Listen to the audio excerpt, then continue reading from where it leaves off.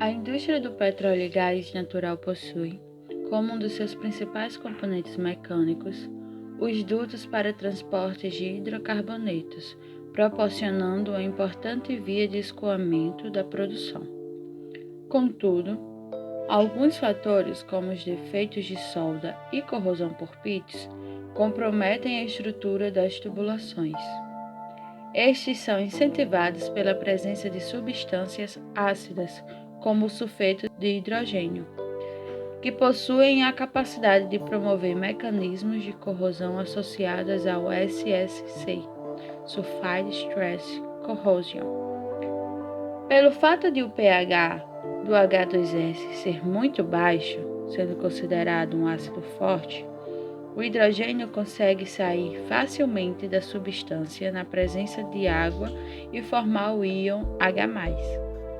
Esse H+ pode se unir com um elétron perdido pelo metal na região anódica do tubo e formar o H0, hidrogênio atômico que se infiltra na estrutura cristalina do metal. Em escala microestrutural, esse hidrogênio será direcionado aos traps ou armadilhas, como é o caso de inclusões como o sulfeto de manganês. A união de vários hidrogênios metálicos ao redor dessas inclusões dão origens aos blasters, que são bolhas de gás H2. Levando em consideração que esse é o estado mais termodinamicamente estável quando dois hidrogênios se unem.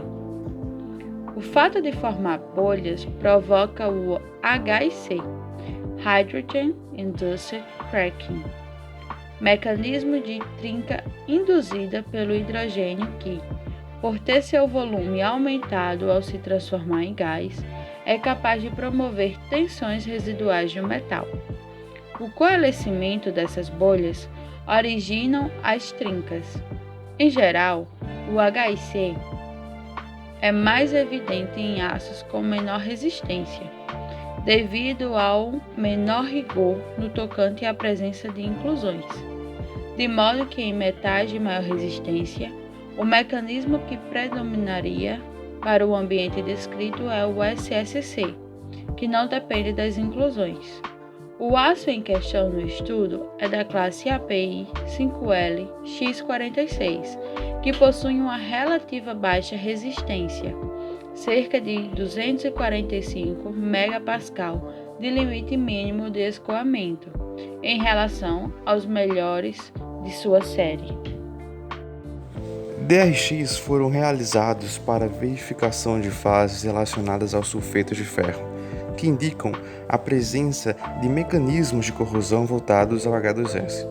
E ensaios de dureza foram executados próximos à trinca, nas regiões de metal de solda, zona termicamente afetada e metal de base, e verificou-se que nenhum valor de dureza superou 249 HV, isto é, dureza Vickers.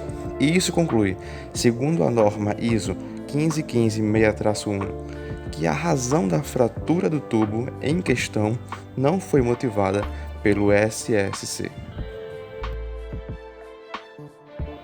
A fratura encontrada no tubo é dúctil e a trinca possui maior intensidade no metal de base do que nas regiões em que a soldagem foi realizada.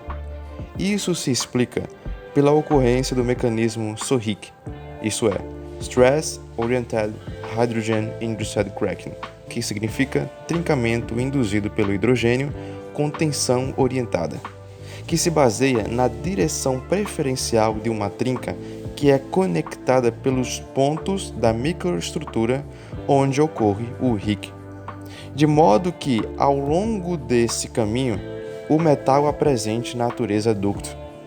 A ductilidade é explicada pelo processo de soldagem que se utilizou de dois passes, um na parte exterior e outro no interior do tubo.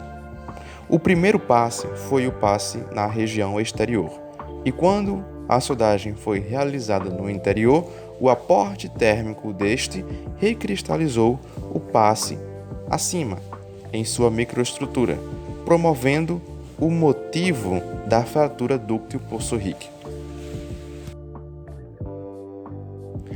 Formas de resolução deste problema envolvem questões preventivas, como o cuidado composicional e microestrutural do aço, por exemplo, evitando presenças de inclusões muito próximas uma das outras, e remediadoras, como substituir partes-chave do duto por aços de maior resistência.